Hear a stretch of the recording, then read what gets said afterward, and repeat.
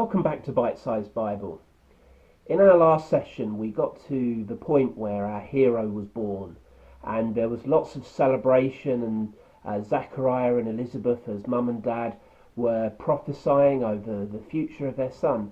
So we came to this pinnacle point where we see our hero stepping onto the scene. The next time we come across our hero is in Luke chapter 3. And in verse 1 we get a very clear setting of time. It says, "It was now the 15th year of the reign of Tiberius," that's the Roman emperor. "Pontius Pilate was governor over Judea. Herod Antipas was ruler over Galilee. His brother Philip was ruler over Iturea and Trachonitis, while Lysanias was ruler over Abilene. Annas and Caiaphas were the high priests." And this was the moment where God spoke to John. I think it's important for us to maybe realise the role of history. And I want to take some time over the next week or so to unpack the context and the history for our story. Because time has passed. The last time we met our hero was when he was born. And we're now 30 years in the future. And a lot has happened in 30 years. We live in very strange times at the moment with pandemics, and you only have to watch the news to see all sorts of things going on across the world, whether that's in America, in Russia, in North Korea, in China. And it's really a fascinating time to be alive when you look at history and what's going on. And a lot of the events of what we have today have to be set in the context of culture, have to be set against the context of time.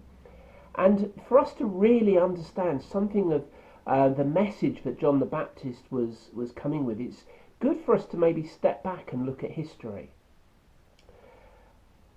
The last time when we met our hero, when he was born, it was set against this time of Herod the Great ruling over the area of Israel. And it was truly one of the sort of terrible times in Israel's history. And when we read through the Gospels, when we read through Matthew, Mark, Luke and John, and the book of Acts, and the letters that are written through the New Testament, they're set against a context of history where Herod the Great's family dynasty, this line, runs in the background behind everything that we see.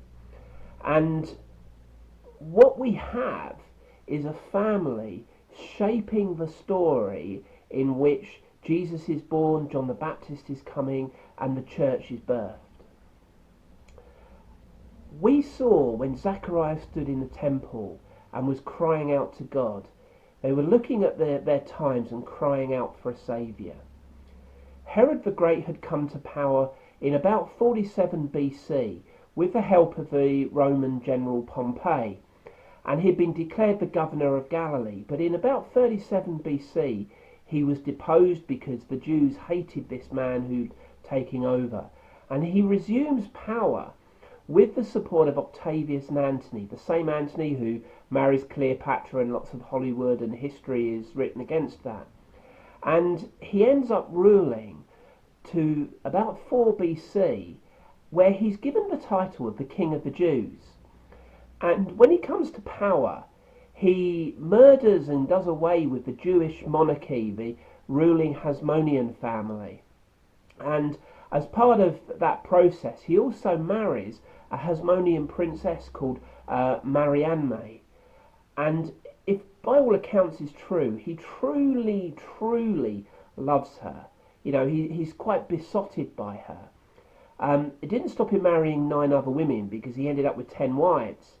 And the context of Herod's family is set against this man who's got 10 wives, and 5 of them in particular, their children shape the story and shape the context. Herod the Great was a true tyrant. He probably had a personality disorder, because he sort of shifts between showing some tremendous acts of mercy, like giving away his own food during a famine, set against ruling this power-hungry Gestapo-like estate with a network of spies. Terror, that's a sort of a reign of terror, where People are executed and arrested and tortured. And it's against that setting that he gets visited by these magi, these wise men from the east, who come saying, "Hey, we've seen a star. Can you tell us where the King of the Jews is born?" And you can imagine this Herod the Great, who's the King of the Jews, being told there's a King of the Jews being born, when he has this whole attitude towards deposing any opposition to him. And it's against that context that Mary and Joseph flee to Egypt to get away from this tyrant. He has a history of power-hungry decisions.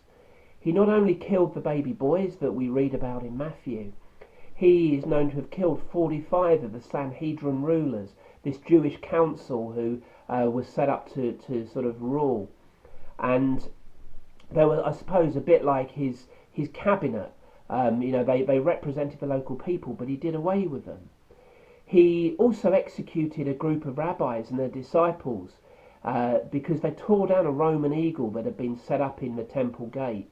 The Jews viewed that as being an abomination that causes desolation, which takes us to memories of something of what Daniel was prophesying and what we read about in Revelation. But because they objected, they tore down this eagle, and Herod has a whole load of them executed. He then discovers that his beloved Marianne has had an affair, and so despite his tremendous love for her, he has her executed. And grief-stricken, he becomes more and more mad with power. He ends up murdering her two sons, his own sons, his heirs, Alexander and Aristobulus, in about 7 BC. He takes them into a swimming pool and drowns them. Set against this, his eldest son, born by his first wife Doris, great name in Jewish times. Doris has this son called Antipater, and Herod Antipater is the heir to Herod's throne, and he's named in his will, until Herod discovers that he's plotting to kill him by poisoning him. So he has him arrested, but because of Antipater's rank, Herod has to go to the Emperor Augustus, who in 4 BC agrees that Antipater can be executed. And it's recorded that the Emperor Augustus actually says, "You know what, it's better to be one of Herod's pigs than one of Herod's sons because of this man's tyranny." So here we have this tyrant, and in about 4 BC, Herod becomes ill, and he's on his deathbed. He's dying, and Josephus records he's dying of gangrene, severe itching, convulsions, and ulcers. It's almost as if this evil has become manifest within him. The whole of this evil that's underpinned his entire character is now spilling out into his physical health, and he's dying. And as he's dying, this tyranny gets even worse because he's afraid nobody will miss him and nobody will mourn for him. So he gathers all the loved and important people in his area, in his region, and he puts them in Jericho's stadium with orders to execute them when he dies, just in case nobody mourns for him. And here we have Herod the Great, this person that Zechariah is standing in the temple and crying out to God for rescue from. We get to 4 BC and Herod dies.